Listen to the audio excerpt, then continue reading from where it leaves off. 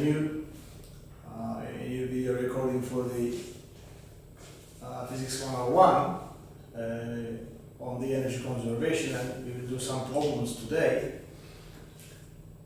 Remember that recently we have seen the energy conservation principle, but we have also seen that this conservation principle was valid only for the conservative forces such as gravity and the spring force. Today we will also introduce the concept of friction into this energy principles and see how it affects the conservation laws. Now, before the friction, let me first consider a mass spring system again through the viewpoint of energy.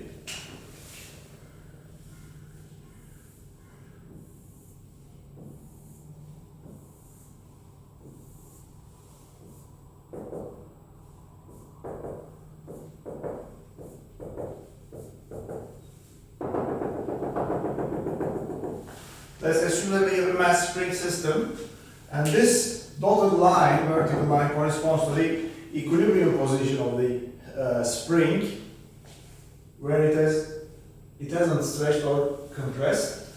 So in this case, let me initially elongate the spring by some maximum distance. Let's say this is the present situation of the system. So this object now is stretched until the maximum position of A.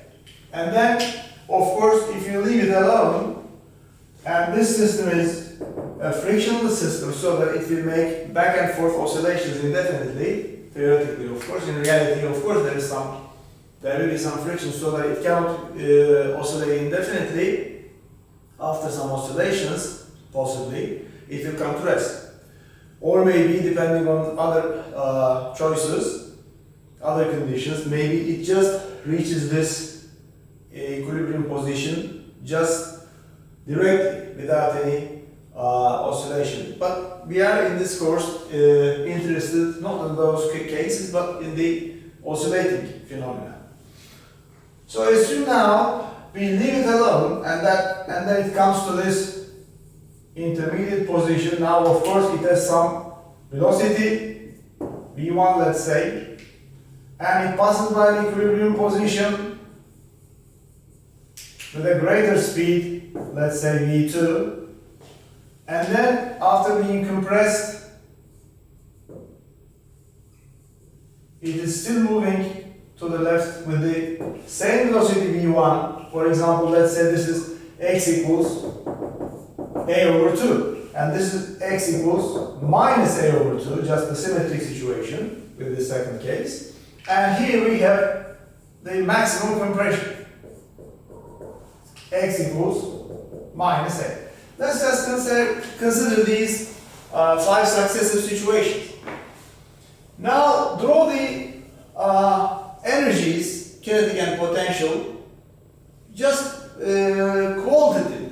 Qualitatively means without using any numbers. Just visually, let's try to see which one increases, which one decreases, and vice versa. So, for instance, let's consider the energies, potential and kinetic energies, for these 5 successive cases.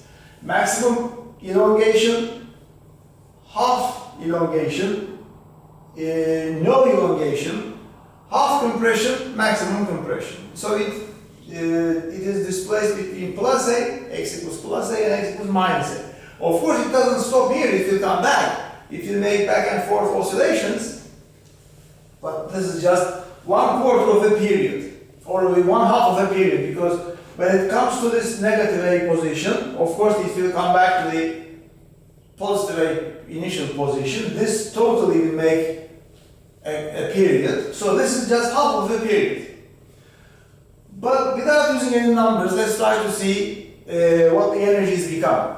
So for example, let this first column be the potential energies and the second column be the kinetic energies. At the beginning, let me write here the corresponding situation. Let me give numbers to these. 1, 2, 3, 4, and 5. Cases from 1 to 5.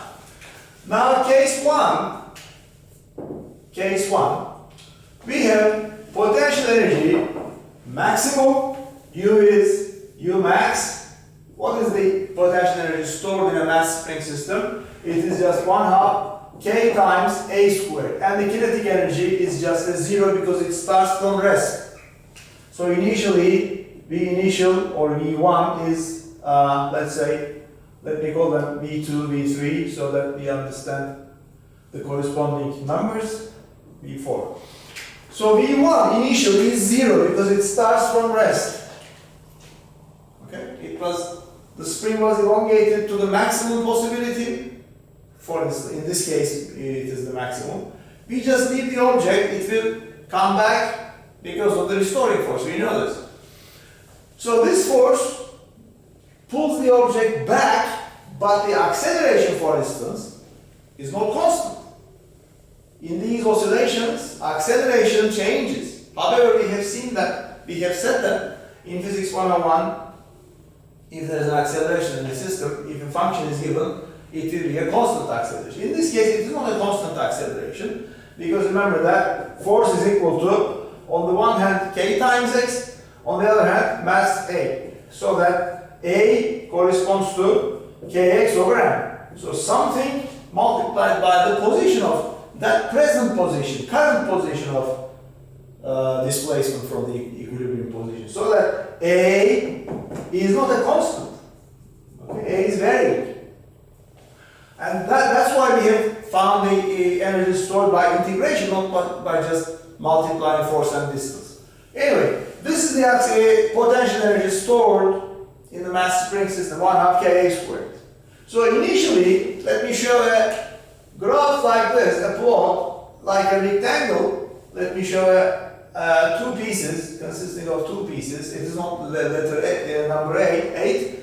It shows maximum potential energy. But at this time, there is no kinetic energy because initial velocity is 0.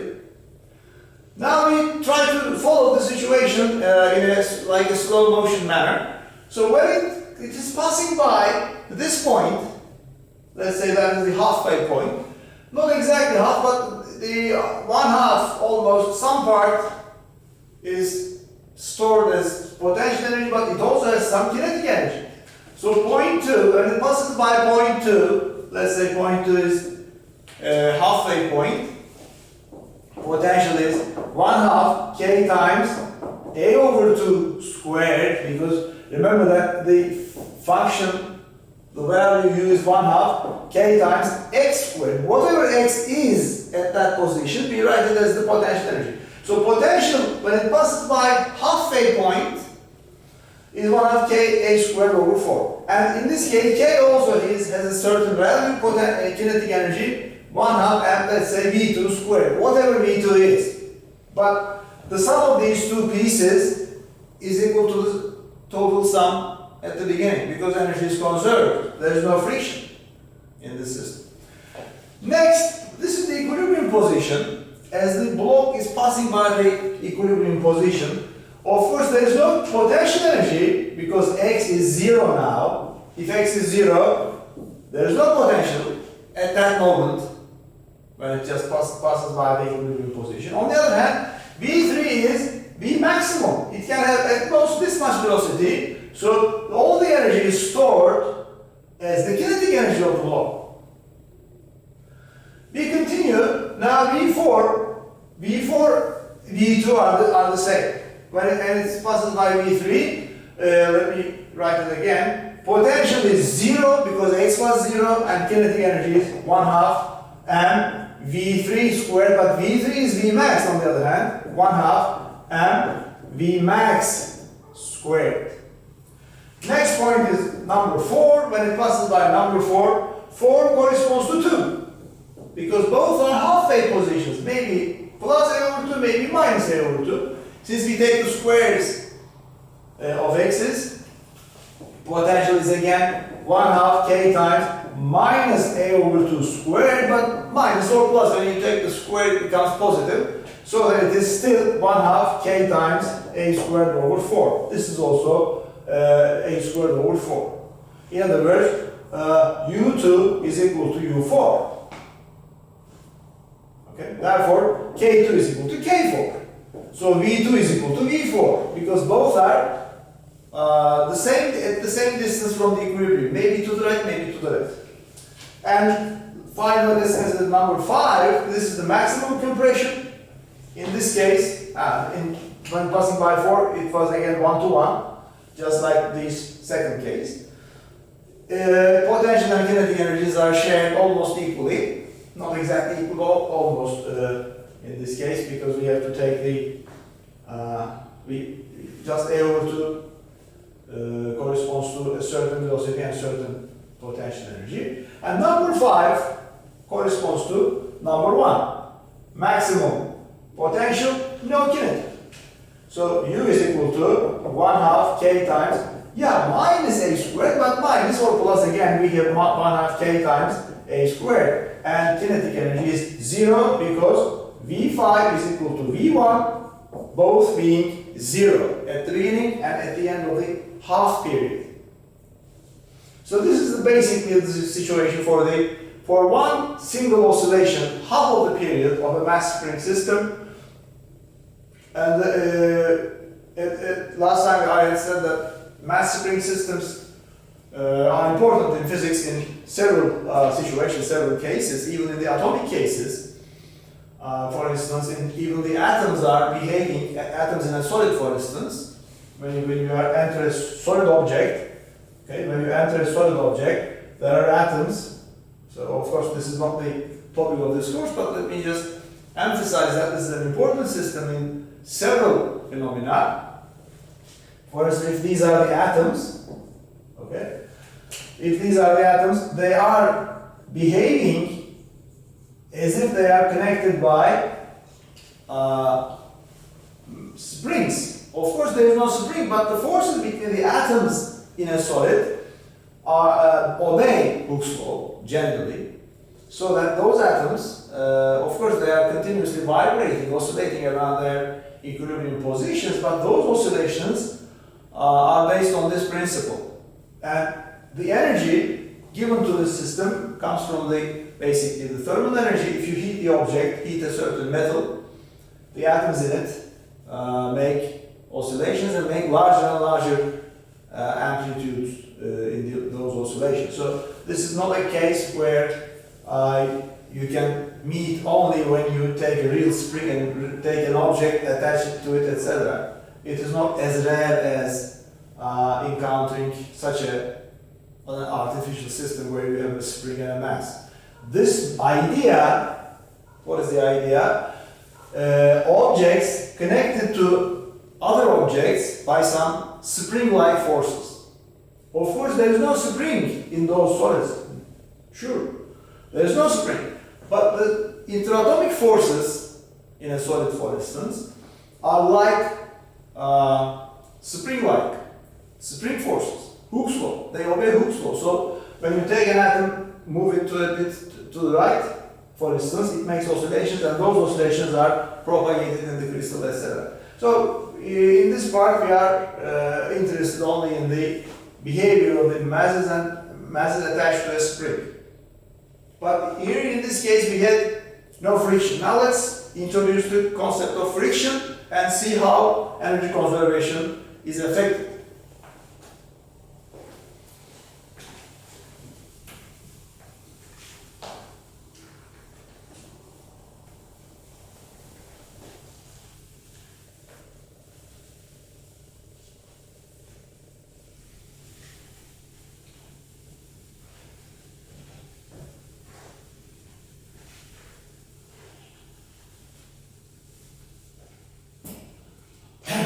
Now let there be friction.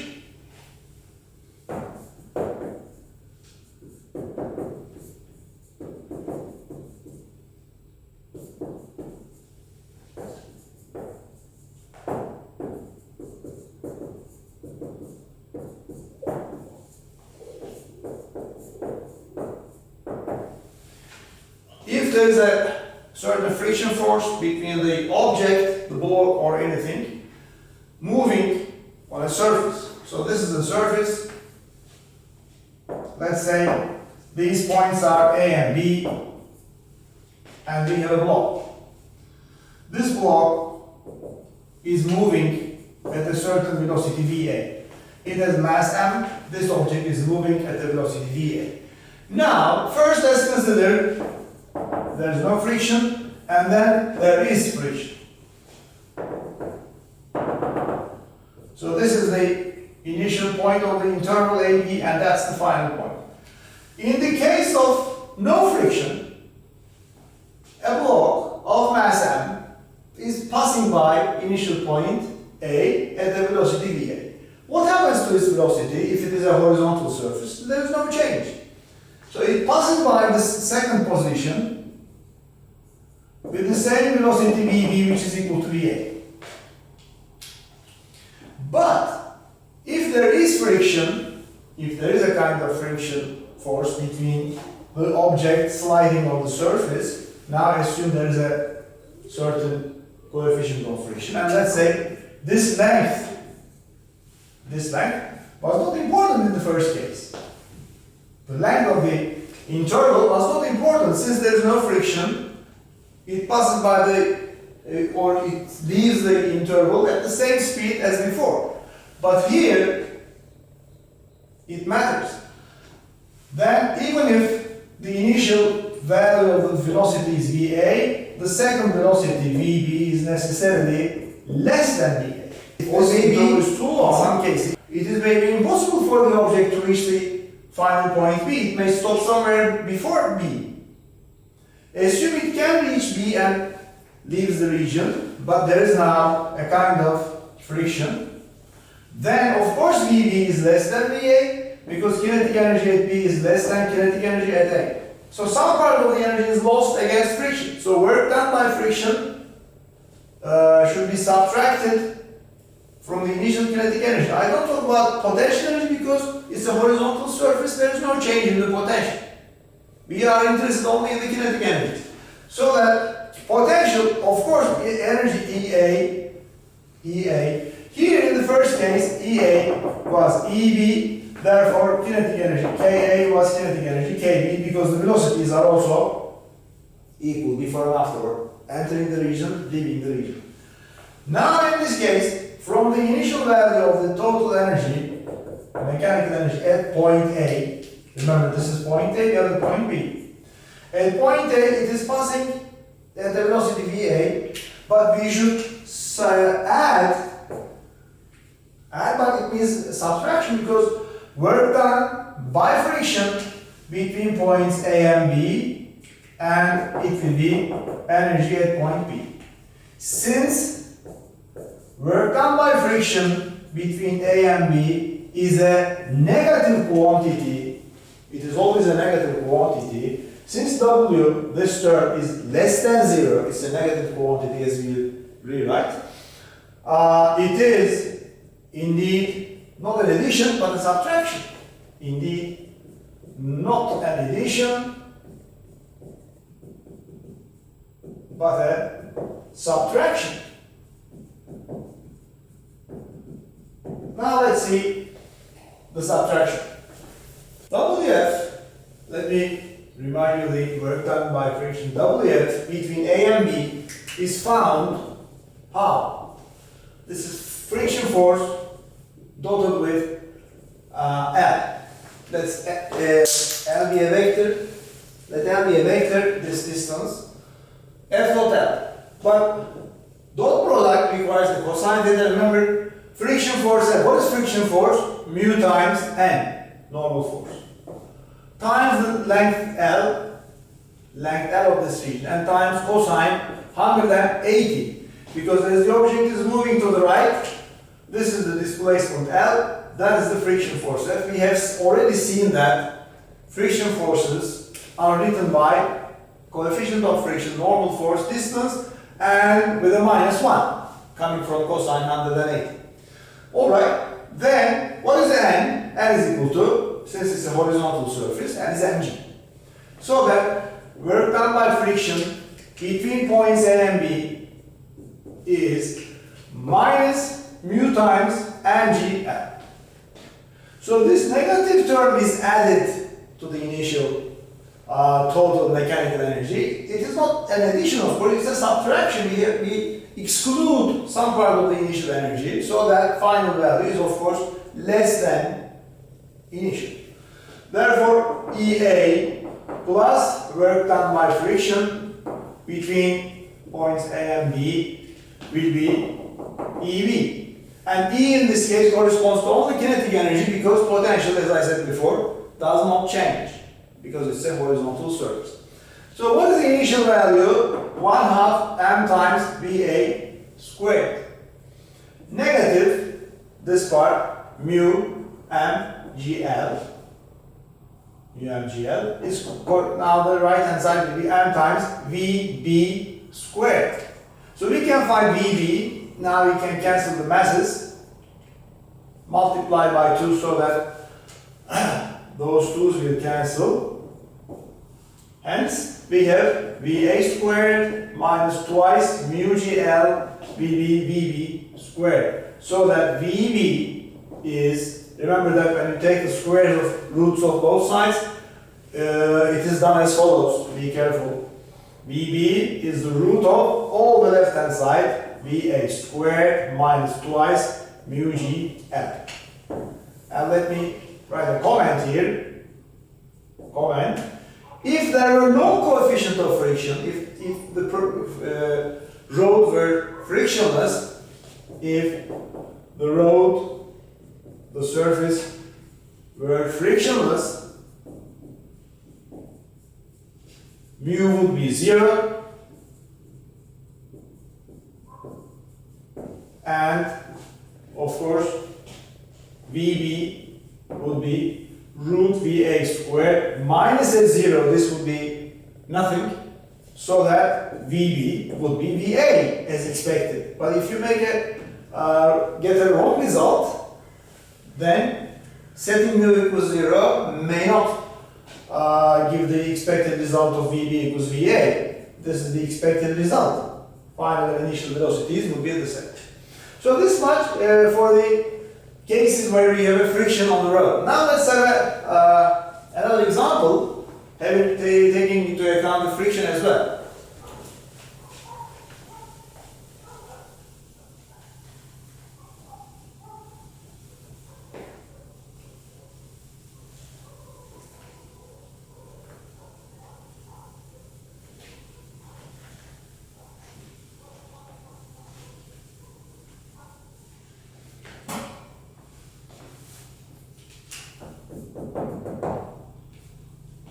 Let me first draw the figure, and then write the text.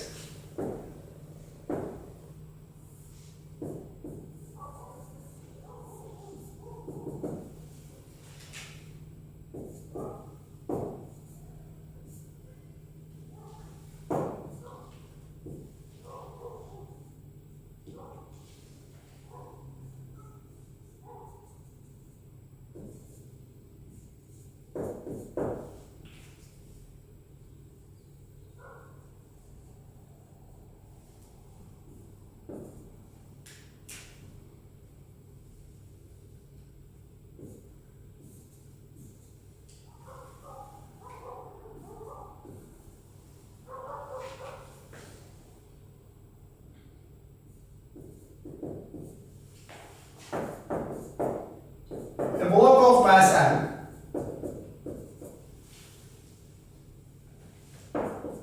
enters the region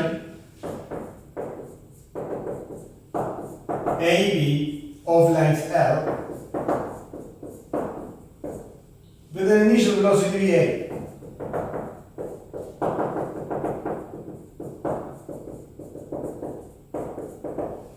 The coefficient of friction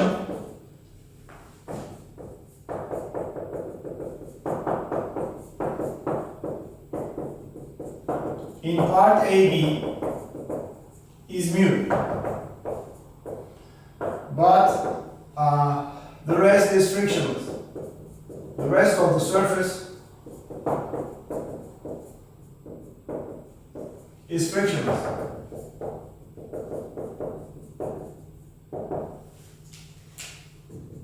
Now part A. Assuming it leaves the region, assuming the block can leave the region AB, find its velocity VB as it passes by point P.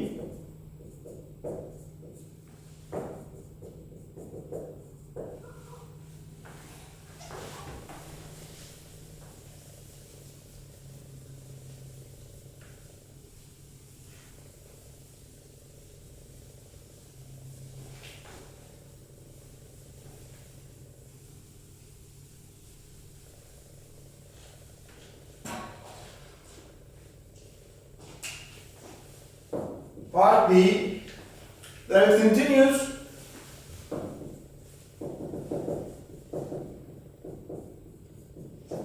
to C and starts to compress the spring and starts to compress the spring of force constant K.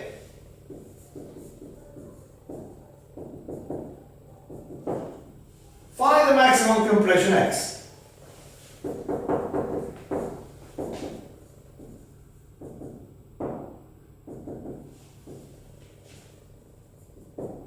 Maximum amount of compression.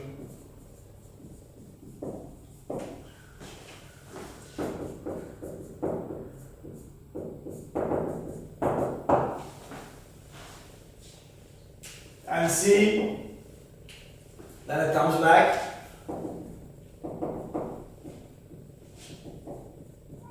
And finally,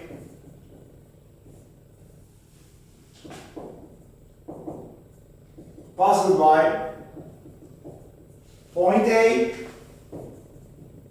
again, in the negative x direction, of course, in minus x direction, of course, with a new velocity, with an unknown velocity,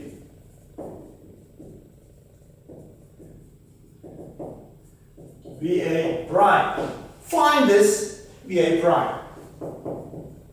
Find the VA prime. Okay? So this is the total problem. We will start to solve it by part A.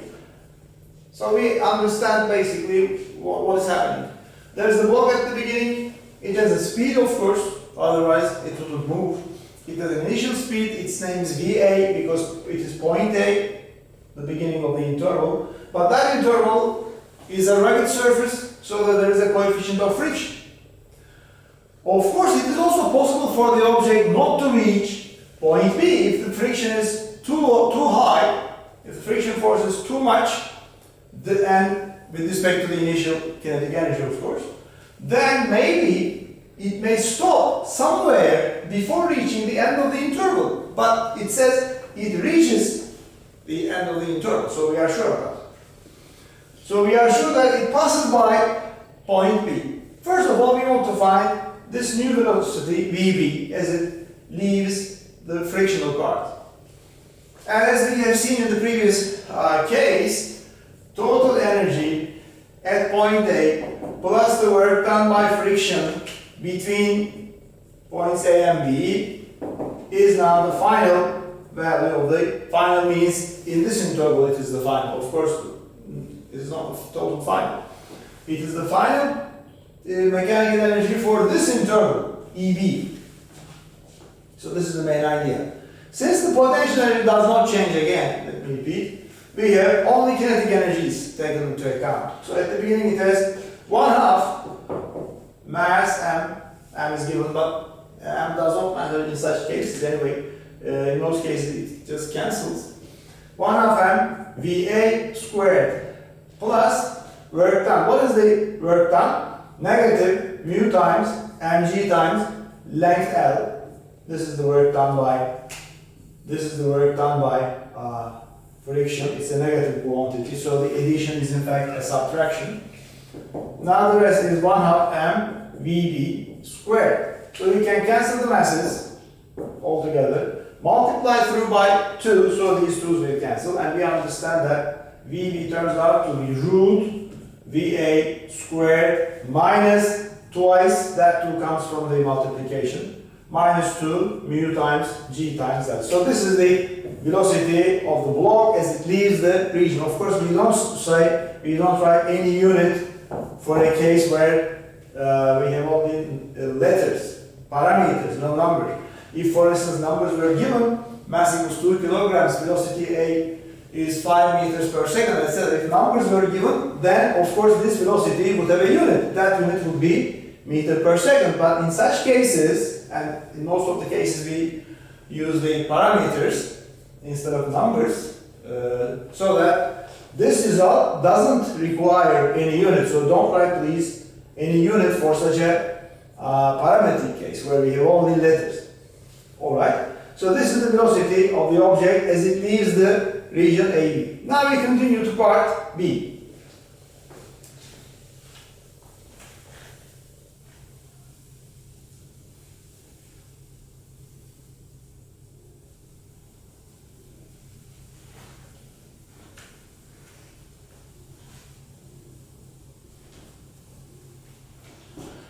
Part B says that it continues to move from point B. Of course, this part is frictionless, so we don't have to consider any work done by friction into account. So the energy now is converted from the kinetic energy at point B to the potential energy stored in the spring when it is stretched, it is compressed at the maximum value. So what do we expect here, for instance? It was like this, however, it will be, for instance, it will be a compressed spring and the block will be here and this amount will be the X unknown. It is not difficult to find this amount of compression because this is the maximum compression. So at maximum compression, there will be no velocity. It is, for instance, like the projectile motion of a ball. When the object reaches the highest position, of course, in this case, it doesn't have any vertical speed. So here in the maximum compression, the object doesn't have any velocity. It will immediately start to come back. So there will be no kinetic energy, only potential energy. That potential will be 1/2 k times x squared, and this x is the unknown.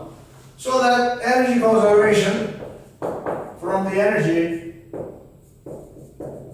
conservation between points B and compression. Conservation between point B and maximum compression. So we have energy at B will be energy at, let's say, compression. So that it has 1/2 mVb squared, this is the 1/2 k times x squared. There is no potential on the left hand side, no kinetic on the right hand side. So these 2's will cancel. Vb can be found from the previous result. So we have mass times Vb squared, it is just Va squared minus twice mu GL, right? We have k times x squared, and x can be easily found. X can be said as root, a long root, m over k, multiplied by the parentheses.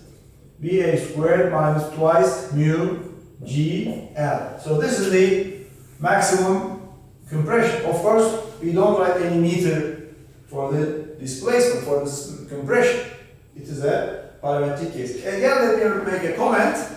If mu were 0, for instance, at the beginning, then initial kinetic energy will be totally converted to the potential energy at maximum compression. But because of the existence of some friction, some of the initial value of energy is lost, is excluded. Therefore, x is now less than the expected value of the frictionless case. Part C says Then it comes back and finally passes by point A again. By point A again. Okay. Point A. Of course, it comes to B first, continues, compresses the spring and turns back. Assume that it can cover this whole length L, and then point A. It is now leaving the region with a new unknown velocity, A prime. Let's find it and compare it with the initial value. Since the block loses energy only in the frictional part, since the block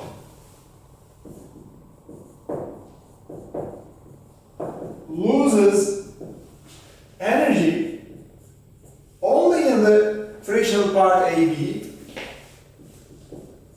only in the interval AB of length L. So we have to subtract twice the WF. Energy at A at the beginning minus twice. Okay, but let me first write it as WF ABA. And then it will be energy A again, EA prime. So that EA minus twice work done by friction between A and B, it will be EA prime. What was the energy at the beginning? 1/2 m times VA squared minus twice mu m GL. On the right we have 1/2 m VA prime squared. This too comes from, let me repeat, once it passes from A to B, then in the return part it comes from B to A. So we have to subtract twice because friction does the negative work in both cases. When the object is going, remember, this is A, that is B, A to B. When the object is moving to the right, friction is acting backward.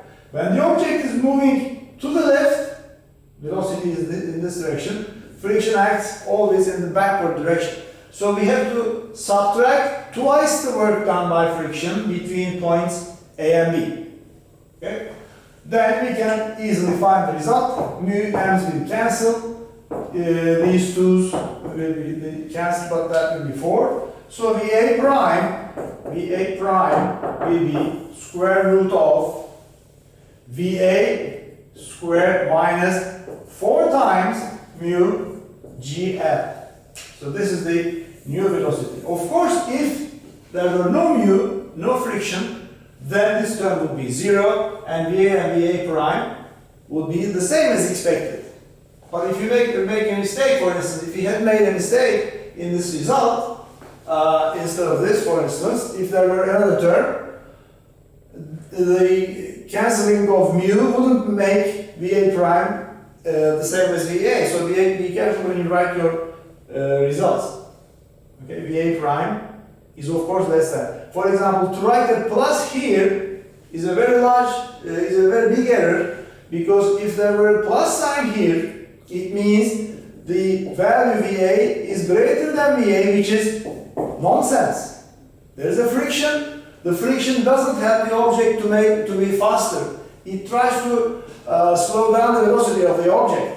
So necessarily there should be a subtraction. This is never an addition, but necessarily a subtraction. We have already seen that there are two kinds of potential energy. There are two kinds of potential energy. What are they? One, gravitational potential energy, which is in the form of mass times g times height the object has risen. And second one is spring, because of the spring force. So this is 1/2 k times x squared. They are totally different things. First of all, please don't confuse them. In one problem, there may be just one of them, only the gravitational one, or just because of the spring force, or in some problems there are both of them. In mechanics, we have these two kinds of potential energies. And let me repeat, in the same problem, there may be both of them. But so far in the previous cases, we had either the gravitational one, so the object was rising, sliding along an inclined plane upward, or separately, there was a spring and some energy was stored in the spring, so that only spring force without the other one. But now let's have one problem where we have both of them. Let us have some examples where we have both of them. For instance, let's begin with the simplest one. Let's say we have a spring with a horizontal table. And we just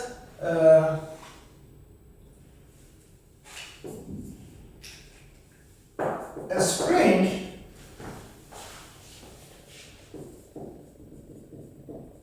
of force constant K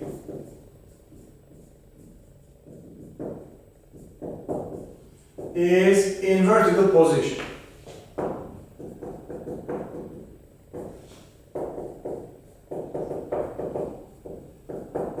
Then a heavy ball force or a block. Then a block of mass m, let's say capital M, is just placed on the table, on the small table. Then of course it is compressed. Then the spring is compressed. Now please don't confuse two concepts. When you, for example, let me draw three successive pictures. In the first, we have this system. A spring, vertical one, with a short table, almost massless table, having a certain length, which is not important now for us. Then we just put a block on top of it. Immediately it falls down. But it doesn't stop at the lowest position. It makes oscillations. After some oscillations, maybe it comes to rest at a new position.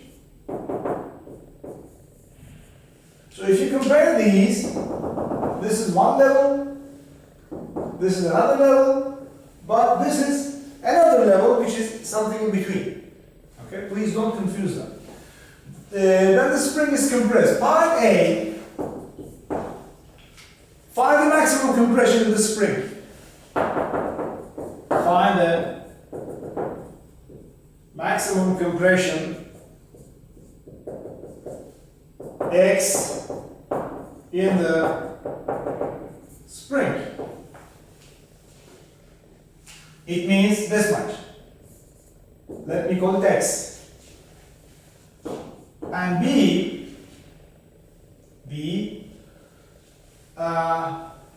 this is the second distance. Let me call it this one Y.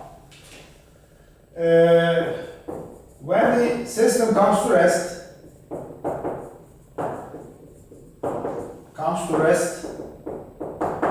in the equilibrium position,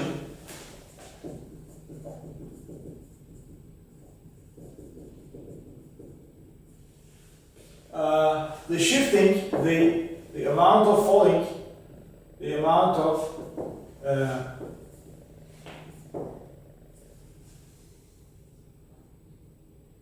falling down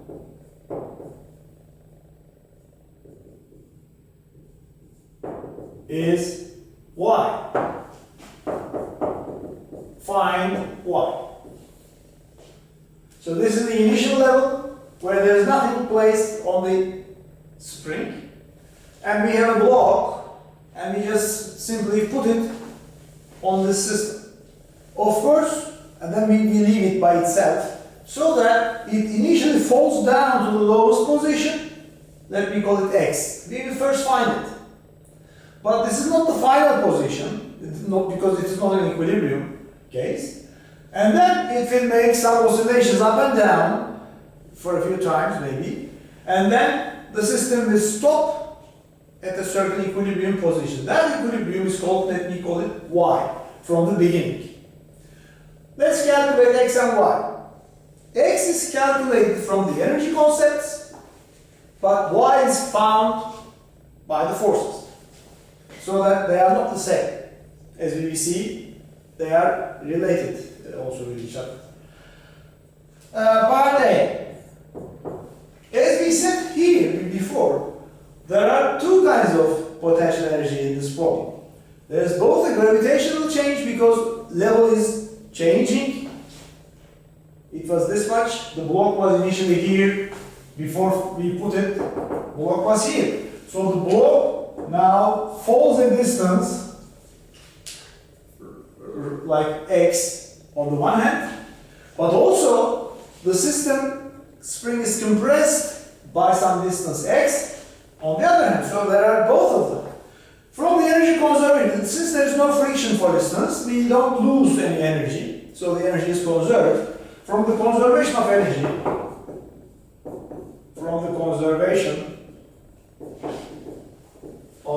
principle, let me go to the first one, number one, second case, number two. So energy, mechanical energy in case one is mechanical energy in case two. We should choose a certain level for us, zero level. For simplicity, let us choose this level to be zero level. So the initial position of this short table attached to the end of the upper end of the spring, let me call it y equals 0. So that u1 plus k1 is u2 plus k2. Initially, what is u1? There is no y, as we have assumed, so that it is just a 0. There is no u1. There is no k1, because we just put the object with no initial speed, just very at almost at rest position, gently.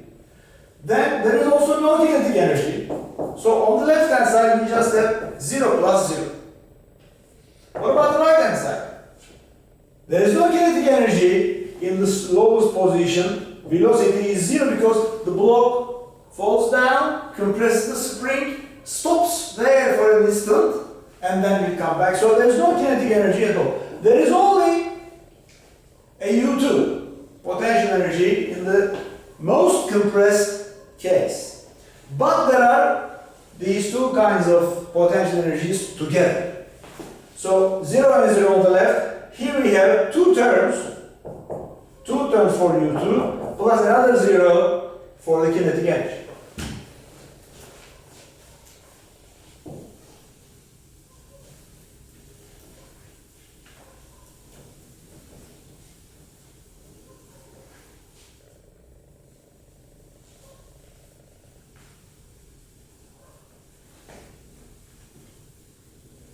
Now what are these two terms?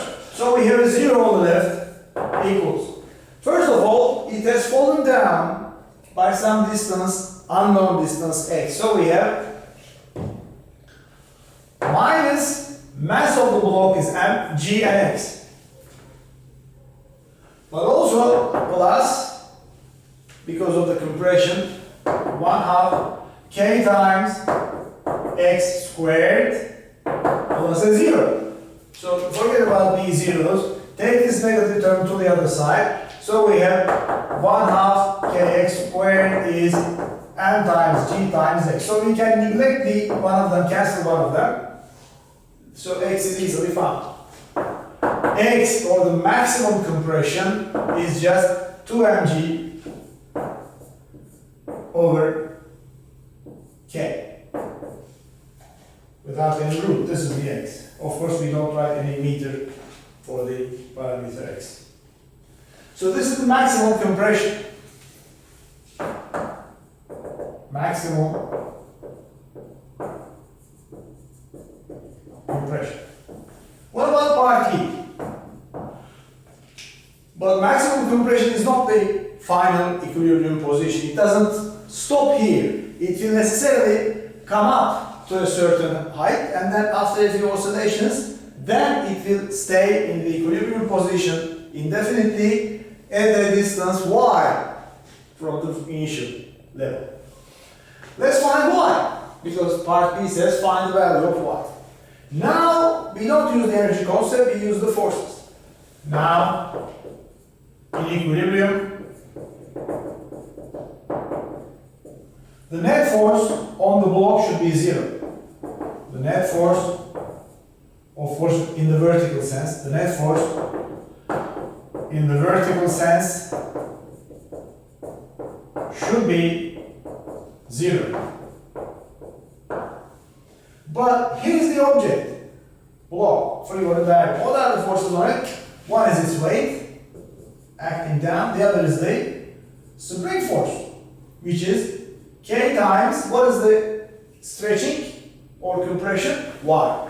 K times Y. And these forces should be equal and opposite, so that this is the equilibrium level. And then K times Y has to be m times g. So y is equal to mg over k. 1 mg over k, but x was 2 mg over k. So they are in the proportion of 1 to 2. In other words, comment,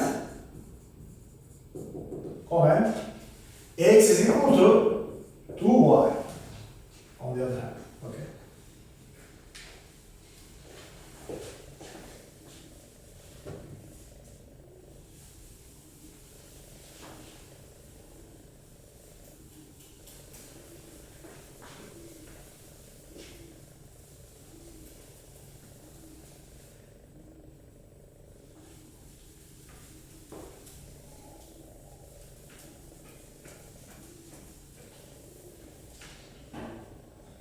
Now, using this idea in this problem, we can have something else from daily life again.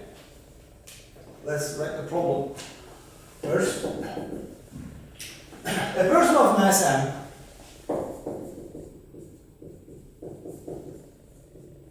let's say capital M, wants to exercise the bungee jumping, for instance, with a certain rope which is extensible. A person of mass m wants to exercise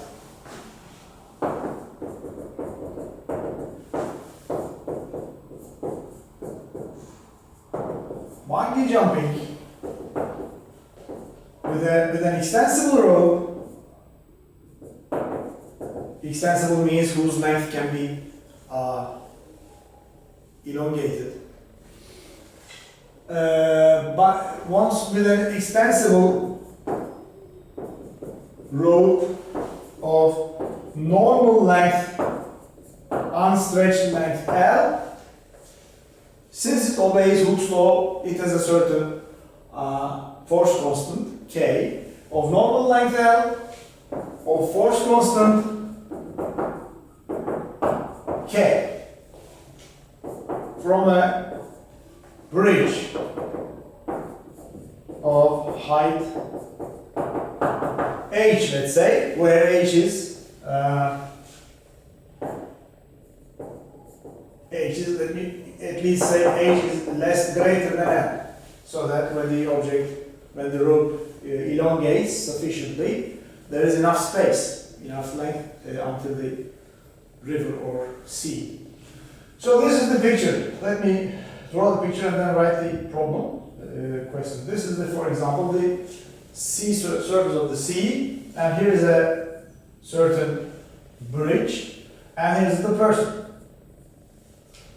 And there's some rope here attached to the one foot of the person, for example.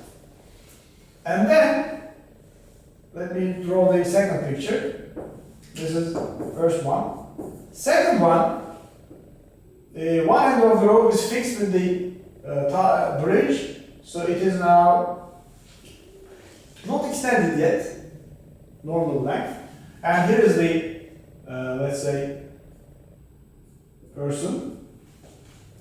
So this length is the normal length L. In the third one,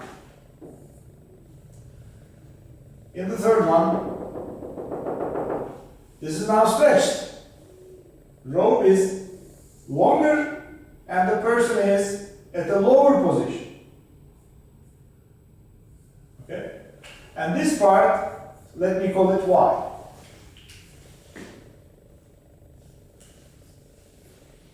And that is the third position. This is maximum extension, elongation, maximum stretching, all mean the same. Now the questions. H is the, by the way, H is not necessary here. Capital H is the height of the tower, height of the bridge from the sea level, which is not important in this case. The only condition is this H should be sufficiently longer than the extended length of the rope, so that there is no accident. Okay. Part A.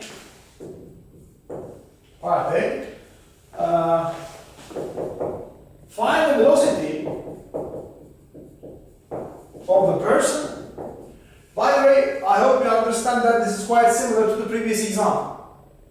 Quite similar because we had a spring, now we have a rope, but it can be extended. It is elastic string. There was a block, there's a person. Vertical motion. And normal length until it reaches the normal length, and then maximum compression. Find the velocity of the person, let me call it V. So this velocity V is first found. Find the velocity V of the person as he or she passes by the normal length L. B, find the amount of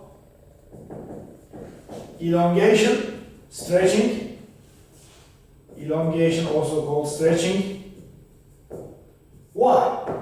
So these are the two questions.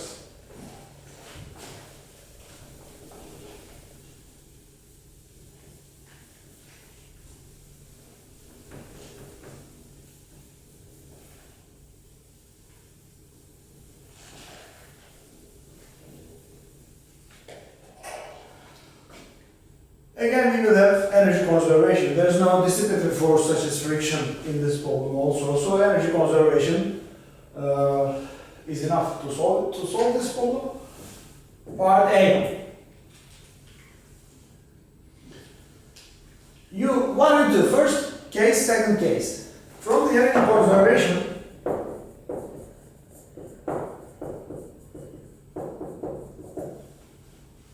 energy 1 is energy 2. Now we consider the first two situations. The person didn't yet jump out. And second one, he or she is falling down and passing by the position where the rope has its normal length L without any stretching yet. So energies are the same. Again, we can choose this level to be y equals 0 level for simplicity, because in such cases it is more practical to choose the first level to be 0 level and write the following changes in the position later. Because, for example, to say y equals 0 here makes the things a bit more complicated. So to set the first level to 0 is better and maybe easy. E1 is E2. So E1 is U1 plus K1, the other is U2 plus K2 as usual. Initially, there is no gravitational potential energy, no stretching, so that this is totally zero. Since it has no speed, the person doesn't have any speed, so that there is no kinetic energy at the beginning. So it is 0 plus a 0 initially. But when the person passes by this position, there is only one kind of potential energy, which is the gravitational, but negative, because this level is 0, so it is something below. We should put a minus sign.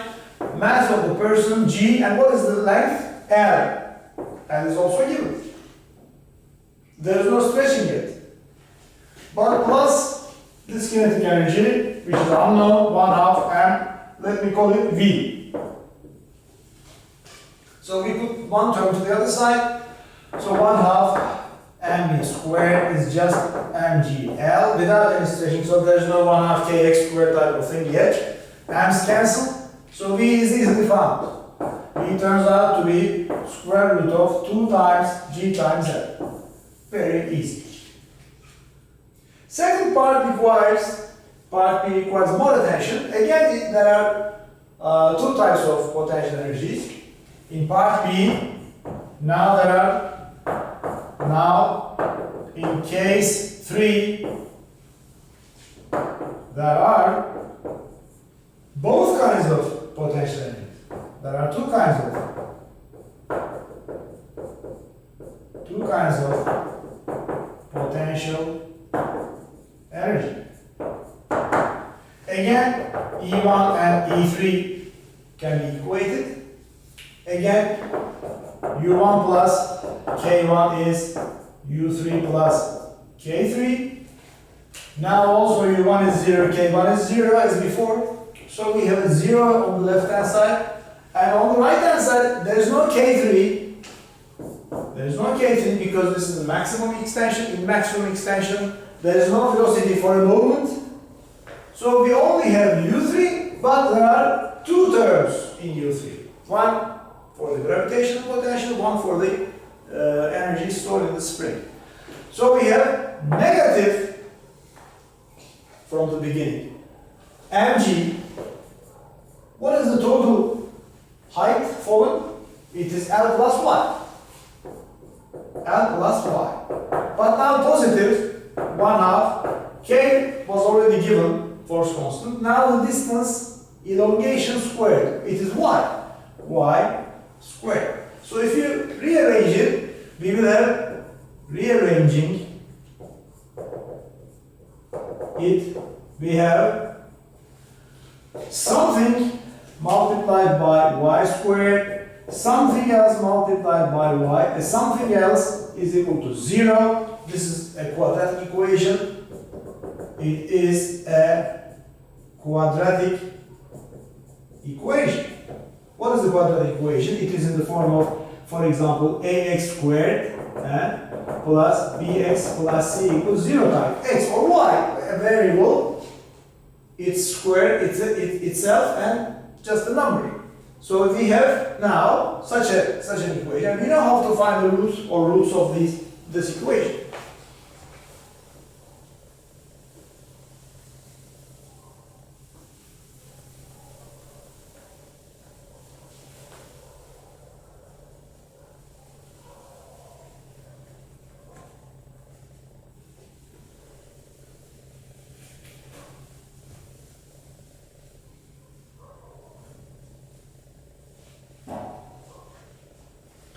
So keep it here. We have k over 2 y squared minus mgy. So we have k over 2 y squared minus mg y, another minus mgl, but the right hand side is 0. So it is in the form of ay squared plus by plus c. That's equal to 0. So the roots are found by, remember, y 1 and 2. Minus b plus or minus b squared minus 4ac divided by 2a. But this is, first coefficient is a, ay squared, second coefficient is b, and the third term is c. So y, possible values of y can be found as negative b, but b is already a negative term. It is plus mg, therefore plus mg b, plus or minus b squared mg squared minus 4ac, 4 times a is k over 2. C is again minus, so this becomes plus mgl, all divided by 2a, which is k over 2. So these 2's will cancel, those 2's will cancel, and y will be found. Mg plus or minus mg squared plus 2kmgl, all divided by just a k. But which of these signs should be taken into account? Plus 1 or minus 1? Or are both of them correct? Now we have chosen this level in the following process. That was this part was L. But after that, remaining part we have assumed to be Y. So here's the person, additional part was Y. But we have chosen this Y and added it to L. So it has to be positive quantity. However, if you choose the minus sign, since the root of this is greater than mg, the net result is a negative number. So we shouldn't take this quantity. We have to take the plus 1 into account, so that y is equal to mg, weight of the person, plus, again, weight of the person, squared, plus twice k mg l, all divided by k is the amount of extension, elongation of the rope. In physics, there are some problems where we should consider both the forces and the energy conservation principle together. Just one principle is not enough. Just to consider the forces or just the conservation of energy doesn't help us to solve the problem. So we instead should consider both of them.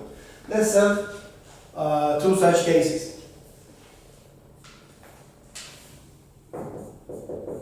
In some problems,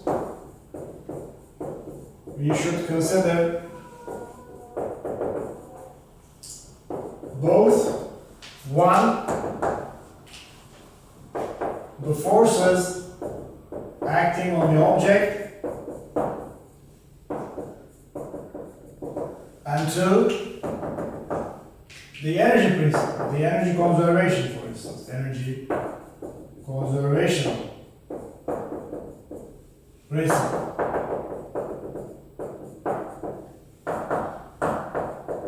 Just one is not enough. So let's have a very standard problem from this family of problems. Let me write it first. Draw a picture. It's very famous and quite frequently used and asked in Physics 101 cases, exams for instance. Here's a block, mass m, initial height from the ground, let's say h, and at the end of the track, if this is a frictionless track, by the way, to make it easier, it's a frictionless track, I will write it, and the radius of this circular part is, let's say, r. And let me also give the names of these critical points, A, B, C, and D. A block of mass m, as usual, starts from rest at point A, slides down the frictionless track So this angle is not important. Down the frictionless track and follows the circular part of radius r.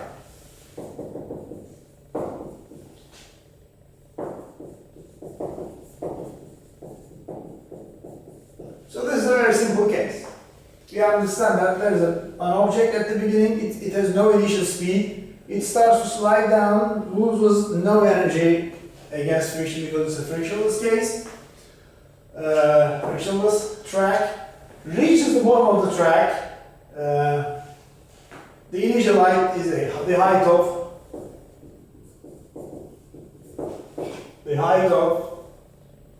A, point A. The height of point A is h. So this part is given. Now the questions. Part A. Find the normal forces exerted by the track on the object at different points. Find the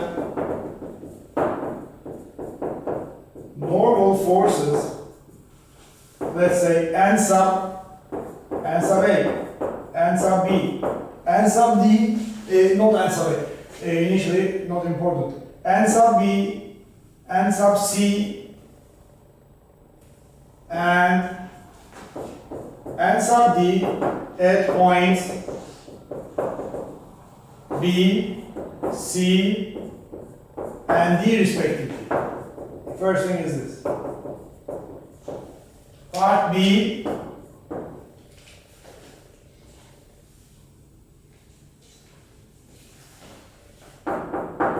Find the minimum value of height h such that the block can pass by point D. Find the minimum value. Of course, if you drop the object, lead the object from a sufficiently higher position, of course it is easy for the object to slide down and complete the circular part. But if you, for instance, leave it at a lower position, for example, not sufficiently high position, then it cannot reach the highest level D. It will leave the track somewhere before. We don't want it. We don't want either the greater and greater positions. We want to find the minimum value of h, but this is the second part. First, let's find the quantities in part A. Part A. Now, this is an example where we should consider both the forces acting on the object and the energy conservation principle, because it is a frictionless track. Okay, act as the block passes by,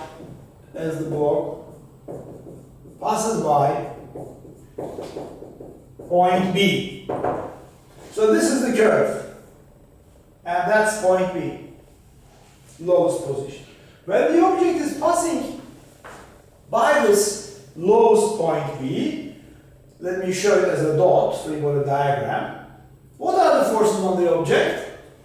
One is the weight acting down, mass is little m times g. The other is the normal force, let's call it n sub b. Are they equal? No. mb is greater than mg. They are not the same.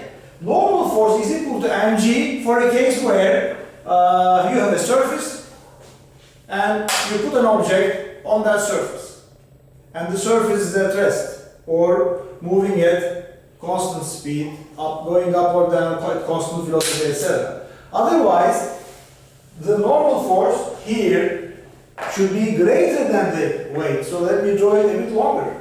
And n sub b is a force longer than that. How much longer? This difference, the net force on the object on M is n sub b minus mg. What is the net force equal to? There should be a net force towards the center. Let me call this point O, the center of the circular part. Here is the central part, center of the circular part for this case. There should be a net force towards the center so that the object now starts to turn a circular track. Otherwise, it wouldn't do that. So mb minus mg is equal to mass times centripetal acceleration at point P. What is that? It is v sub b squared over the radius of the circle. This is one part of the problem, the forces. What about the second part? Because Vb is unknown, and B is unknown, Vb is also unknown, so we should find Vb, and then we should get the normal force Mb.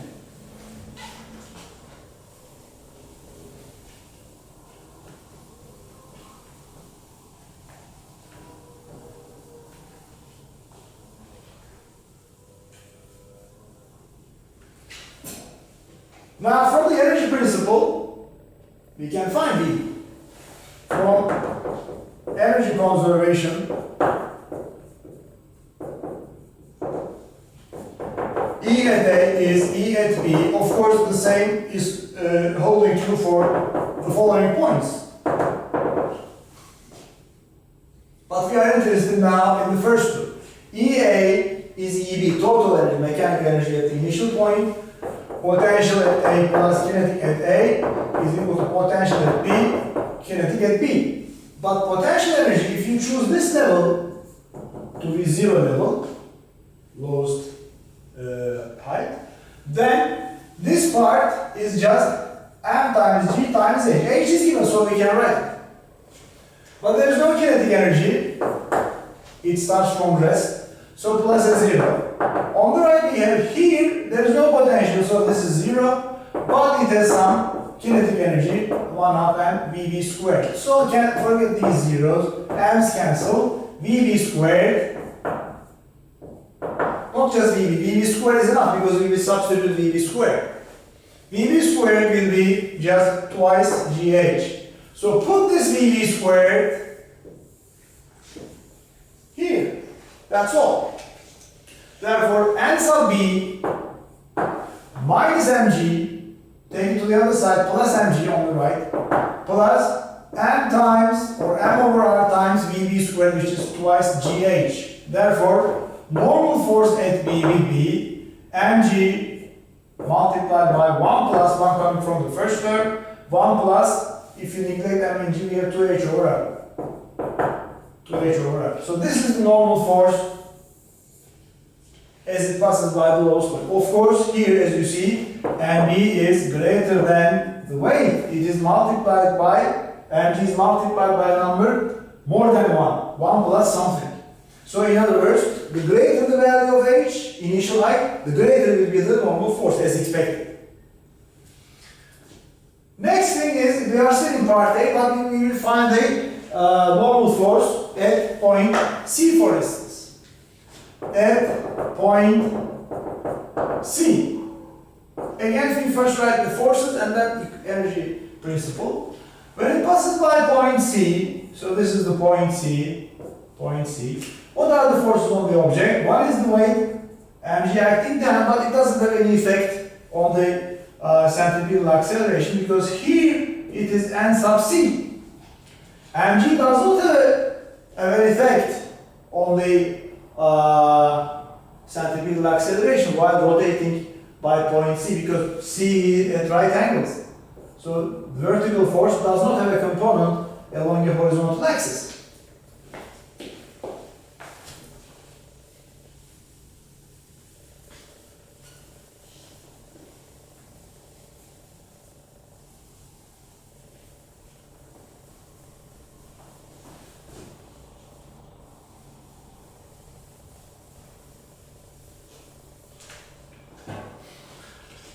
So it is only NC which supplies the necessary force to turn in a circle, of course, towards the center. There is nothing outward, by the way, let me repeat.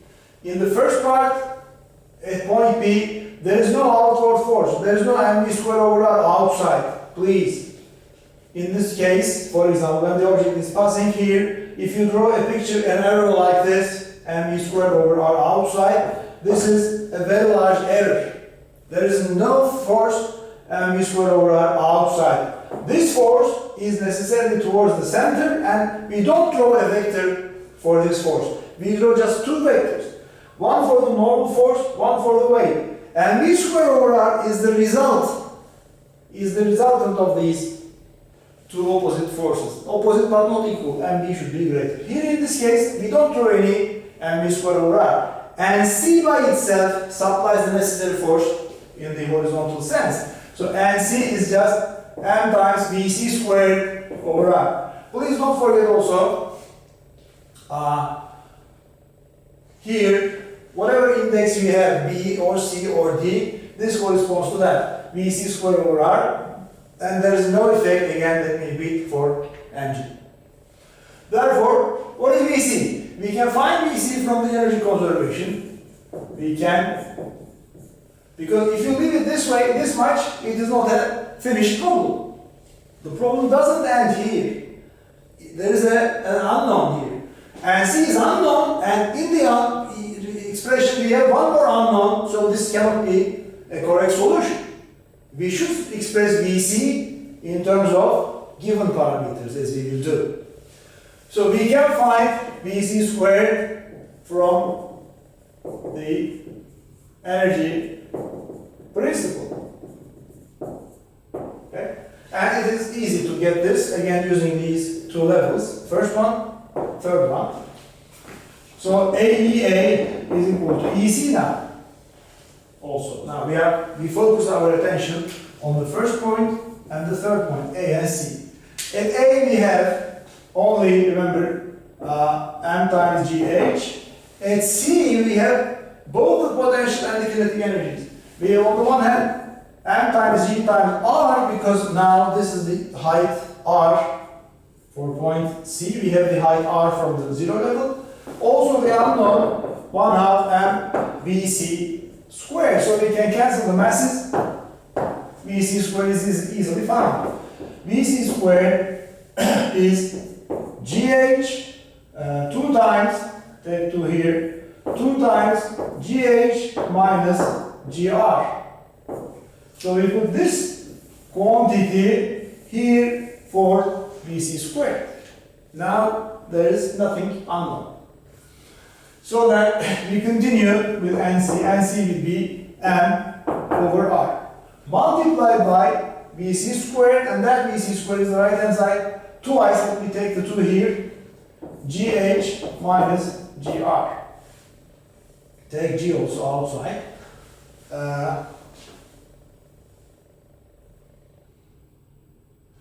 Okay, NC is 2m over r, this much. So that n sub c will be, g also can be taken out, 2mg over r multiplied by h minus r. So this is the normal force as it passes by the rightmost position C. At point D, at the top, what happens? Let me draw the picture again. This is the parabolic diagram. That is point D. Now the object is passing here. Of course, we don't draw the velocities. We are interested in forces. What are the forces on the object as it passes by point D? There are again two forces. One is its weight. The other is the normal force, which is down towards the, for example, the center is here. So we are interested in this part. Both of them are acting down. There is nothing, please, there is nothing outward. There is no force outward on the object because we use an inertial reference frame. This kind of arrows, forces, or to draw a mv squared over r makes the solution wrong. So we don't draw anything like this. We have these two forces. Now this time we have to add them up. As it passes by point P, they were in opposite senses, we subtracted them. Now they are in the same sense, so we have to add them up. So the sum of ND and mg supplies the necessary force to to move in the circle m sub Vd squared over r. But Vd is found just like we did for Vc or Vb. Velocity is found from the energy considerations. From the energy principle, Ea is also E sub d. What is Ea? We have already written the same thing. M times G times H at the beginning. Now we have both some potential energy from the ground and some kinetic energy because of the motion.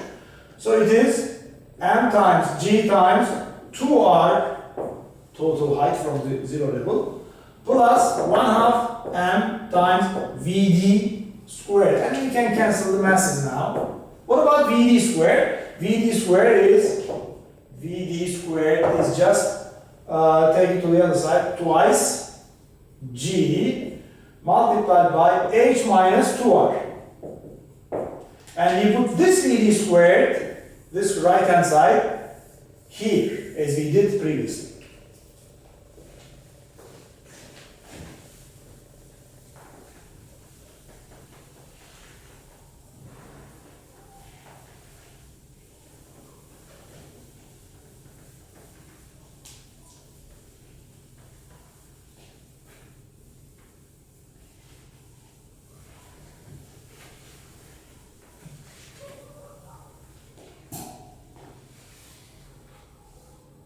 So that ND is take Ng as a negative term to the right hand side. We have MVD squared over R minus Mg first.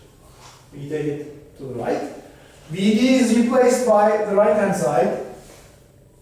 So it is M over R, first one, times Vd squared, but this is the right hand side, 2G multiplied by H minus 2R minus another Mg.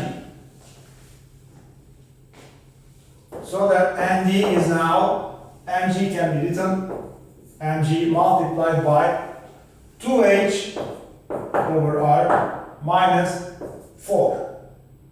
And a minus 1 coming from the last term. So if you multiply the first, after Mg, we have 2H over R first term, 2 times minus 2R minus 4, but R's cancel, only a minus 4. And Mg times minus 1 coming from the last term. In other words, we have Nd is equal to weight Mg multiplied by 2H over R minus 5. It's a pure number, but H over R is also a unitless quantity, length over length, so this is a pure number. Of course, it has to be a pure number because a pure number multiplied by weight, force, gives us a force. Of course, there shouldn't be any quantity which has a unit in this parentheses. So this is the result. So we have found normal force at different points. Let me draw the track again. Remember, the initial point was A, lowest one B, sideways C, top point D. And this radius was R. And the object slides down and follows this track. Part B is also important.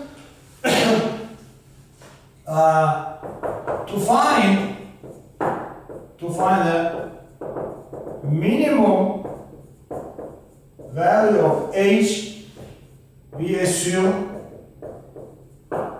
the object passes by point D without the help of normal force.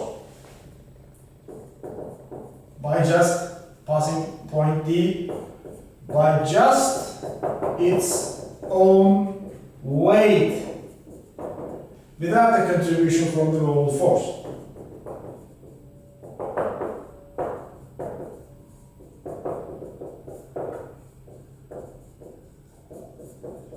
Normal force Nd. So that Nd is set to 0. As it passes by the stop position, we said that in finding the normal force, there are two forces, one for the weight, one for the normal force. Assume that there is no normal force. They are just slightly touching each other. The object is coming here, and just passing by this highest position, just slightly touching the track, so that there is no normal force acting on the object by the track. It is just passing by its own weight to find the minimum value. And then we immediately use the result of the previous part, set ND to 0. Okay, if ND is 0, what is ND? Mg times a quantity. This has to be 0. But Mg cannot be 0, so it is the parentheses which has to be 0. So there are two terms, one something minus something else. So this subtraction should be 0, so that we can get H in terms of R. We can get H minimum as 5 over 2R. 5 over 2 times R. 2.5 times R. Minimum value is this. So for example, this is 1R, this is another R. 2R corresponds to such a height, but 2R is not enough for this purpose. 2.5, for example here. This height from the ground is H minimum, which is 5 over 2R or 2.5R. This is the minimum value of the initial height, so that the object can just slightly touching the track, pass by point D. We will come back to this example later on when we consider the rotational topics in chapter 9 later on, because in that case we will also have rotational kinetic energy. Now this is a block, it is just sliding.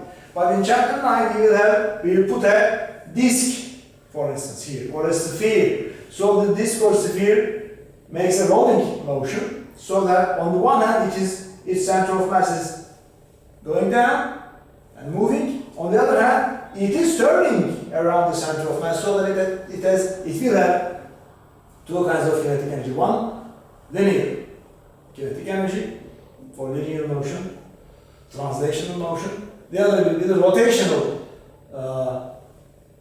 kinetic energy.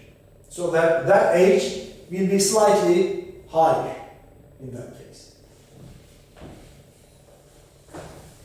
Now let's take one more example from this concept.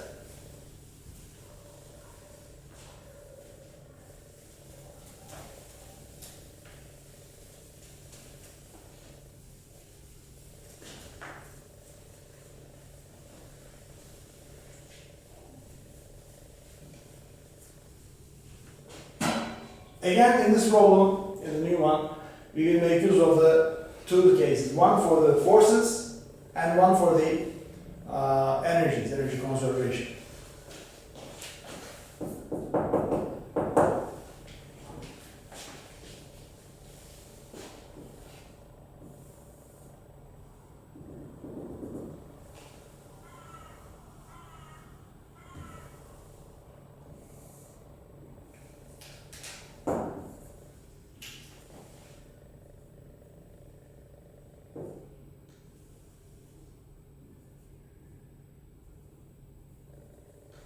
Assume that there is maybe a person, maybe a block on top of a hemispherical ice, for instance. Ice means a frictionless surface.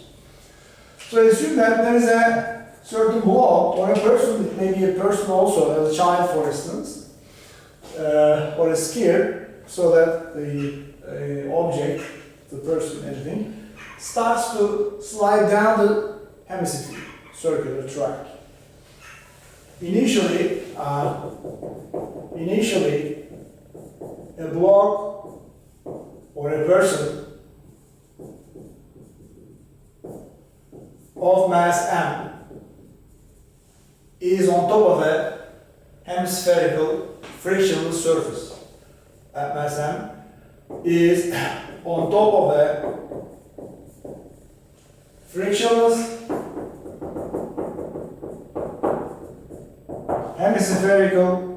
hemisphere is half of the full sphere. Hemispherical ice, block of ice of radius r.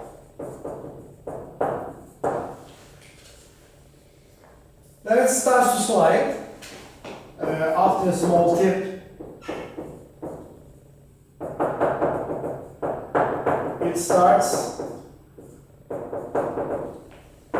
to slide down. But inevitably, the object, the person, whatever is sliding, will leave the surface at a certain height before reaching the end. Necessarily, inevitably. But inevitably, the block or person has to leave the surface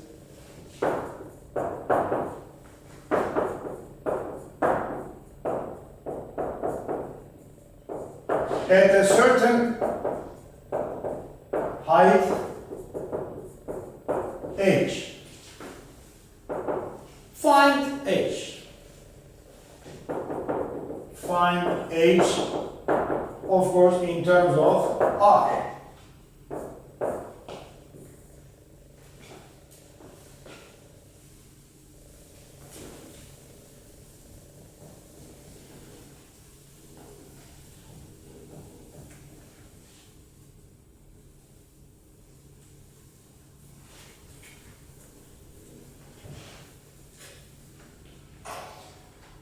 For example, when the block reaches somewhere here, at this unknown height h, it has to leave the surface, necessarily. For example, this is the track. Now let's consider this part AB in more detail.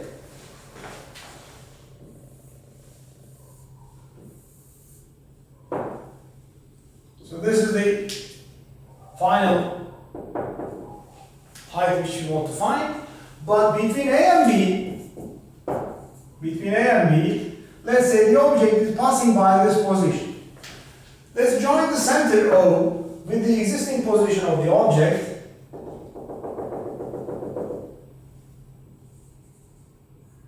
What are the forces on the object as it passes by this position? This position has no specific meaning. It is anywhere between A and B, where there is still contact between the surface and the block.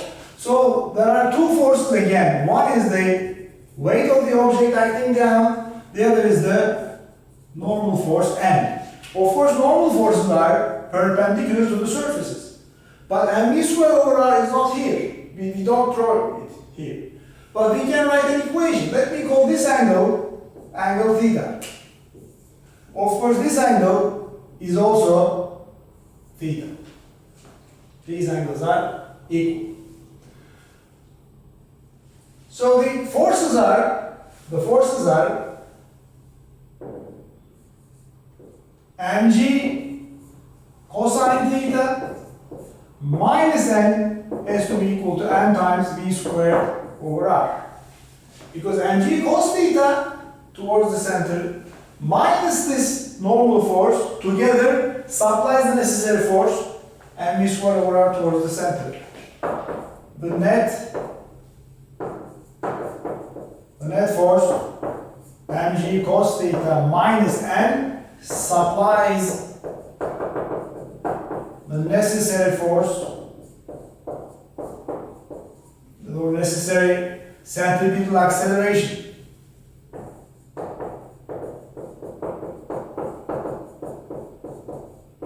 Acceleration v squared over r. So this is the force equation. But at the height h, and from then on, at the height h, and from then on, there is no contact. There is no contact between the block and the surface.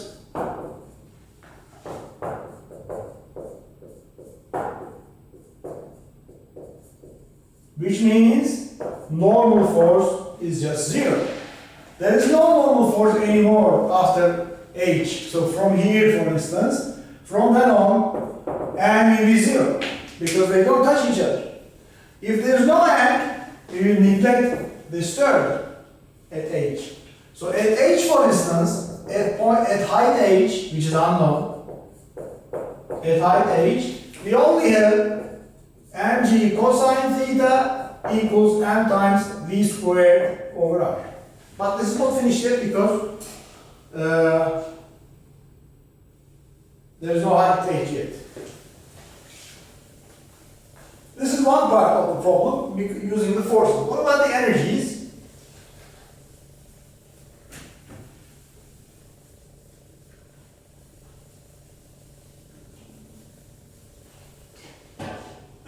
Now the energies. Now the energy conservation. Energy conservation, let me call energy, let's call this is point 1, that is point 2. So E1 will be E2. What is E1? If you choose this level to be 0 level, then obviously it has a certain height at the beginning.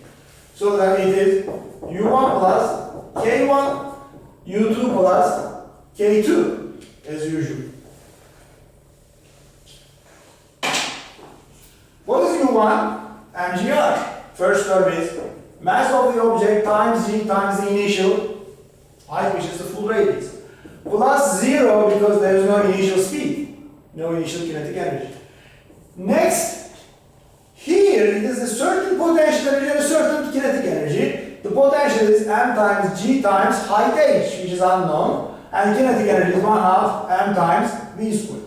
So we can cancel masses, and we have expression g times r equals g times h plus v squared over 2.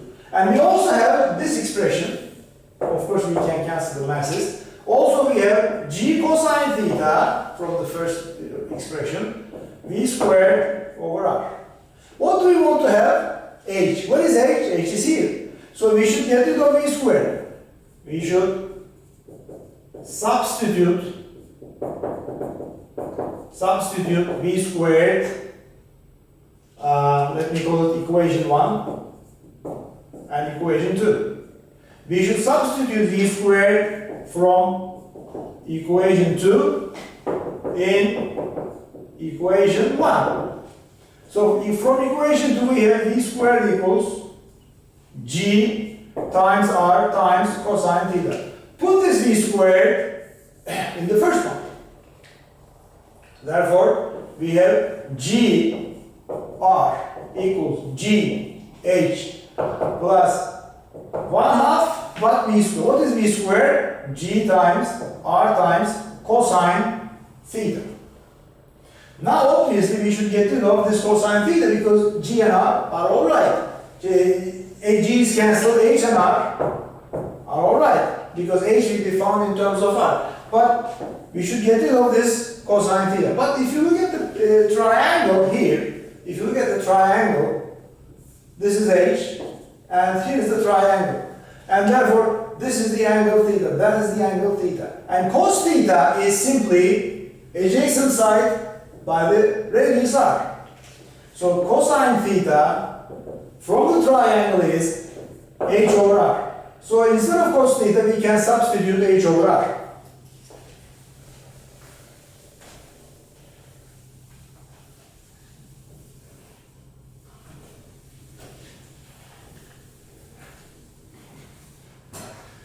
Finally, we have r equals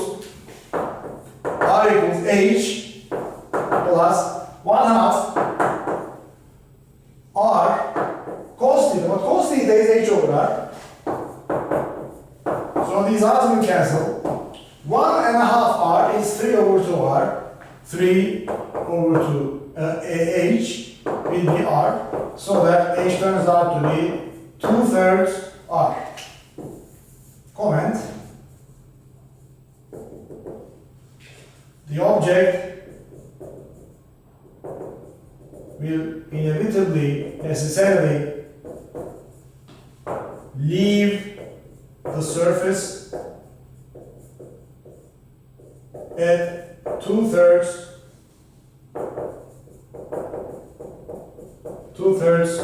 the radius. Of course, provided that there is necessarily no friction. Provided that mu is indeed zero. Because if there is some kind of friction, for instance, very little but not zero, then it will take more time and more distance. Maybe it can reach somewhere below the level of h, but in this case we have assumed that there is necessarily no friction at all, so that it has to leave the surface at 2/3 the radius. There's another example on an inclined plane. A block is moving up the plane, but in this case there is a free kind of friction.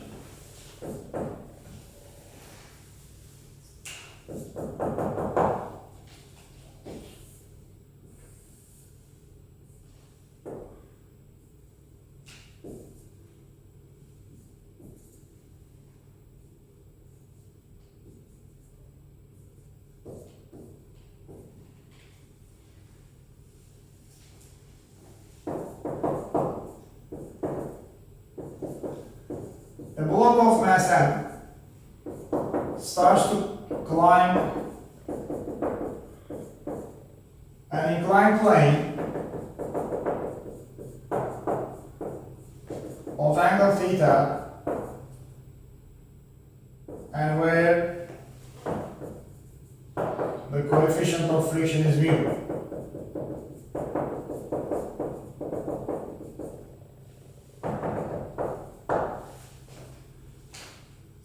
Part A. Find the maximum height h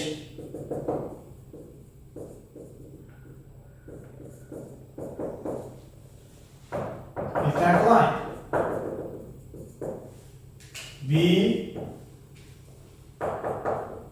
Find the velocity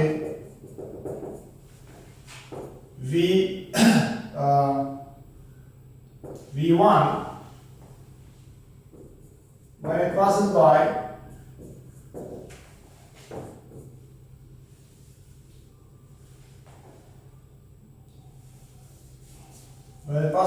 the halfway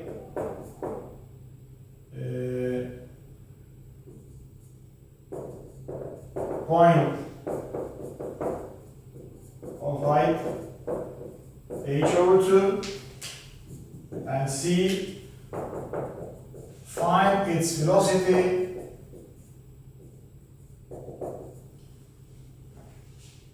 let's say v2 when it reaches the bottom again. Bottom of the inclined plane. So we understand from the problem that this object starts to climb first, but of course we had solved it last time, but there was no friction. It just initial kinetic energy was totally converted into the potential energy at the maximum height, and then turning back, of course, again, since there was no loss against friction or any other dissipative forces, so that the object, the block, was passing by the initial point with the same speed v0, for instance. Of course, now in this case, it cannot pass by the same speed v0. It will, of course, it will have a velocity necessarily less than v0. Let's find first the maximum height h it can climb, and we will compare it with the previous result. So part A is the following. Let me consider these points A and B. Let's say point A in the beginning, point B is the final height. Of course, energy at the beginning plus work done by friction between A and B, and we have seen that, I hope, learned that this WF is a negative number, therefore it is not an addition, it's indeed a subtraction. So after this subtraction, we will have energy at the final point, or at any point. Not only A to B, A to any other intermediate point C, for instance. If it were a point C here, if you had tried to find the velocity at an intermediate point, then we would consider only the work done by friction between these 2 points. and the final result would be the total energy of the object at that second point. So what is EA? Now let's choose a potential reference. That potential reference, of course, we are free to choose anywhere we like, but in general, for simplicity, we choose these positions as 0 levels. So the beginning, initial level of the object, let it be 0. So if the object goes upward from this initial level, potential will be plus, a positive quantity. If it goes somewhere below, then potential, as we will see in the following examples, will be negative. So at the beginning, let's say potential at A plus kinetic at A.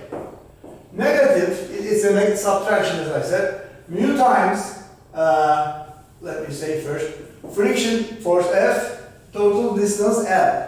L is not given. H is also not given, but we can relate H and L. So let it be L.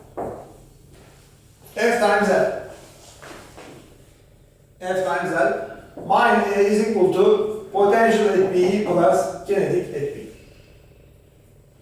Now, since we have chosen this level, initial level, to be 0 level, there is no potential at the beginning. Similarly, at the end, when it comes here, it will come to rest for a moment, so that there will be no final kinetic energy. These are just 0 and 0. What about kinetic energy at the beginning? It is given, the velocity is given. M starts to climb inclined plane. It's V0 angle. It starts to climb with a velocity, let me add it, with a velocity V0 on an inclined plane.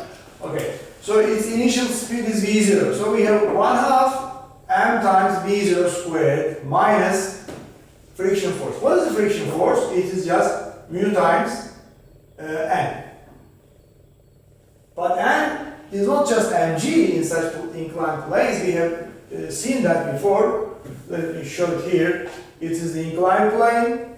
So the free body diagram tells us that this is the weight mg. That is the coefficient component mg cos theta, because this angle is theta, that angle is theta. And then this is the normal force.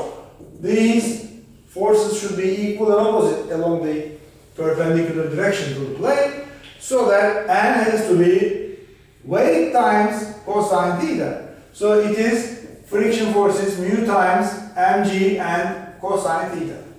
So we put this F here. F is this quantity. L, what is L? Let it be L. Let's keep it as L. So on the right hand side we have mass times g times maximum height h, which is unknown and which we want to find. So let's continue from the from this line.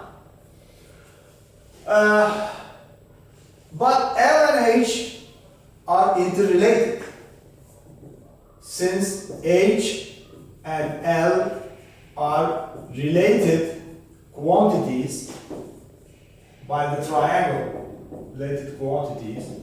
What is the relationship? This maximum height is H, that length is L, this angle which is given is theta. So, for instance, H is equal to L sine theta. This is the relationship. So, since we want to find H, we should get rid of L. So we don't write L here, but we have to write L as H over sine theta. So this H over sine theta should be substituted here, so that the rest will be in terms of given parameters. So let's continue from this line. 1/2 m times V0 squared. Negative friction force. What is it? Mu times mg cos theta multiplied by L, but L is written as H over sine theta. On the right hand side we have mg h. So only m's can be cancelled, eliminated here. So we can easily get h.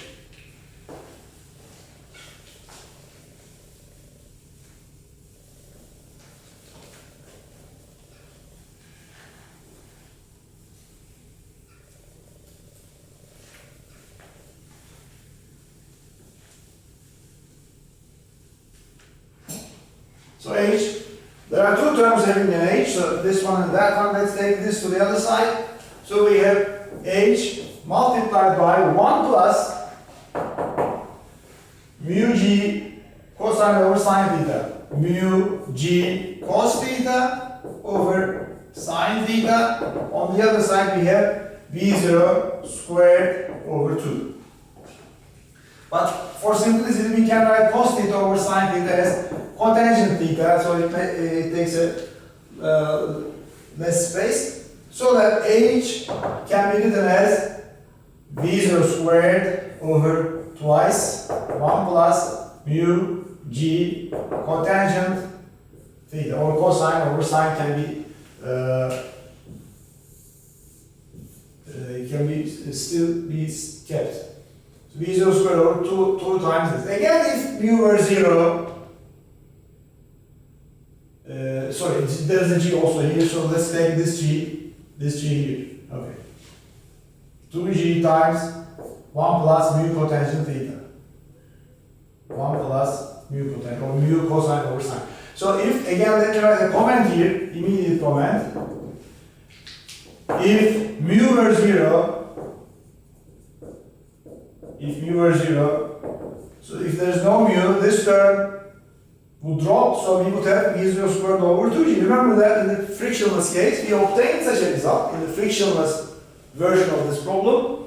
The maximum height the block could reach was just square of the initial velocity divided by twice g, because this term wasn't there. Now we have a friction, so we have an addition necessarily. Otherwise, it would mean friction is helping the object, which is physically nonsense. Okay, second part says find the velocity at halfway. Now let us calculate the velocity of the object as it passes by the midpoint on the inclined plane. Let me draw another picture. This is the incline. H is found in the first part. Initial point A, final point, maximum height B are here. Now we are interested in finding the velocity of the object as it passes by the midpoint, halfway. So this height is h over 2. Now there are two cases. The first, when the object is going up, let me call it velocity v1, v0 was the initial value, and the other one is, let me call it v1 prime,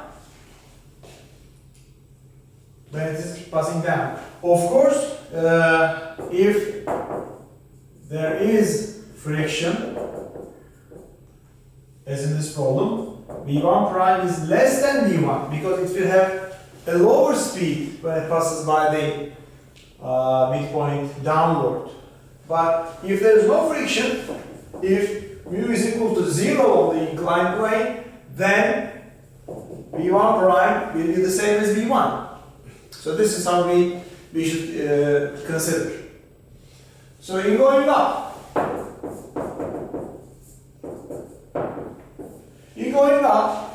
initial kinetic energy, let me call it E sub A, plus work done by friction. Let me call this point, intermediate point, point C. A to C, it will be energy EC. So initial value was kinetic and potential at the beginning, minus the work done, mu times mg, mu mg cos theta, times this distance, which is L over 2 along the line, is potential at C plus kinetic at C.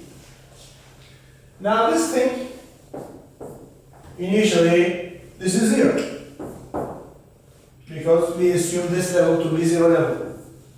Therefore, the object had only some kinetic energy, 1/2 m v0 squared, negative mu mg L over 2 cos theta was just some potential, some kinetic, mg h over 2 coming from the height plus the unknown 1/2 m, let me call it v1 squared.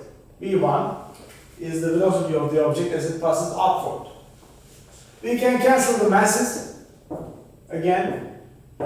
We can multiply through by 2, so we get rid of these 2's.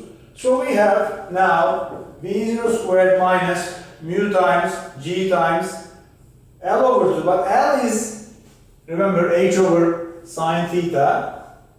It is h over sine theta multiplied by cosine theta equals, now we have a gh here on the right, and plus, there's no 1/2, v1 squared. So that v1 is the square root of, let's take it to the other side, v0 squared minus g times h, negative, this is also negative, so we have to add them up. Gh mu cosine theta over sine theta plus 7. So this is the velocity of the object as it goes up to the plane. In going up. In coming down,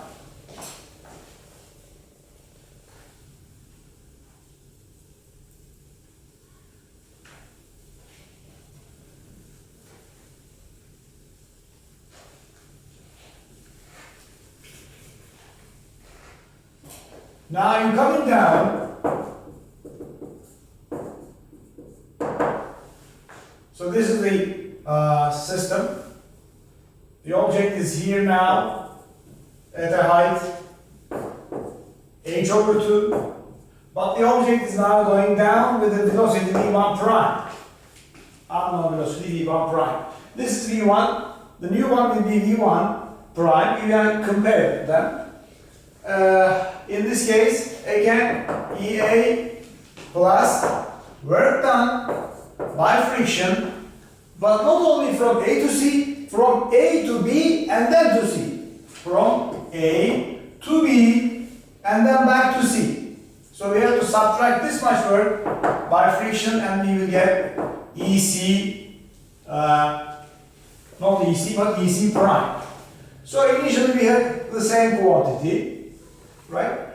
No contribution from the potential, only some kinetic energy, 1/2 mv0 squared minus, now this thing will be not only L over 2 but 3 times L over 2, 1.5, 1.5.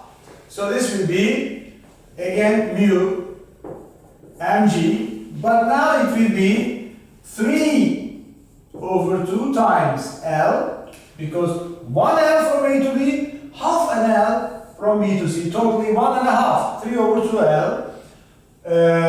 Cosine theta will be again GH over 2 plus 1/2 m V1 prime now, prime squared. Again, we will cancel the masses.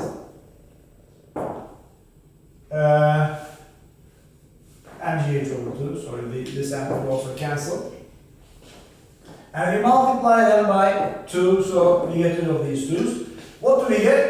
V0 squared minus 3 times mu GL cos theta equals G times H plus V1 prime squared. So we get a similar expression to this, but with the difference of not 1 but 3 here. So that V1 will be square root of, again V0 squared minus, again GH, yes, but multiplied by, we have a 3 here. We had 1 here, but now we have 3. 3 times, this is the only difference, 3 times mu cosine theta by sine theta plus a 1. So this will be the new value, V1 prime, when it is sliding down. In coming down this much, it's going up that much. So if you compare them, of course they are not the same, and V1 prime is less than that because we subtract a greater quantity from V0 squared now. From V0 squared we subtract this much quantity is subtracted, but here we subtract something greater because of this factor of 3. So obviously V1 prime is less than V1. But if there were no friction, for instance, another comment here, if mu were 0, for instance, if mu were 0, for example, then this term would drop, this term would drop. We would only subtract minus GH. Of course, V1 and V1 prime and V1 will be the same as expected, because the only factor that makes a difference between the two velocities is the friction.